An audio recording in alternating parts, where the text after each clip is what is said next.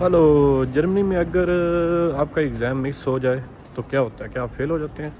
नहीं, मैं आपको बताता हूँ इस वीडियो में। चैनल को सब्सक्राइब कर लें, ठीक है। तो जर्मनी में जब हाउस बिल्डिंग कर रहे होते हैं या कुछ भी कर रहे होते हैं, स्टूडेंट होते हैं, तो दो तरह के टेस्ट होते हैं। एक होता है टेस्ट जो सिर्फ शॉर्ट टेस्ट होता है या फिर आपको चेक करने के लिए होता है, और एक होता है शूलाफगाबे।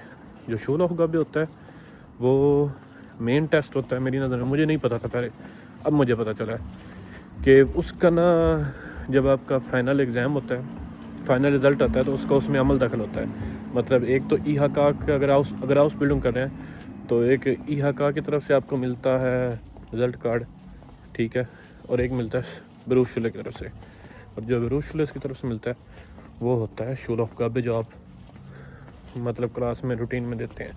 लेकिन अगर आप मिस हो जाएं, आपने बिल्कुल ऑथेंटिक रीज़न दिया है, आपसे मिस हो जाए, मतलब आप क्रांक थे या कोई एमरजेंसी थी या कोई तरमीम थी, मिस हो जाता है, तो उसको देते हैं आपको एक तरमीम, नई तरमीम, नाक शराइबों की तरमीम। ज़्यादातर होती है हफ्ते को, ठीक है। वो कहते हैं इस दिन आ जाओ और आपका जो शूलाफगाबे रह गया था वो आप दोबारा अटैम्प्ट कर लें। तो उससे आपको ये रोला नहीं होता कि अगर आप बीमार हैं और आपका शूलाफगाबे मिस हो गया तो आपको टेंशन नहीं होती, आप दोबारा भी दे सकते हैं अगर आपका छुट्टी करने का कोई ऑथेंटिक रीज़न है। मतलब आप बगैर बताए छुट्टी कर देते हैं फिर तो रोला है। लेकिन अगर आप क्रांक मेल्डुंग जमा कराते हैं तो फिर आप शूलाफगाबे दोबारा दे देते हैं, और ये शूलाफगाबे आपके मेन रिज़ल्ट में, मेन जो सनद है उसमें काउंट होता है, ठीक है।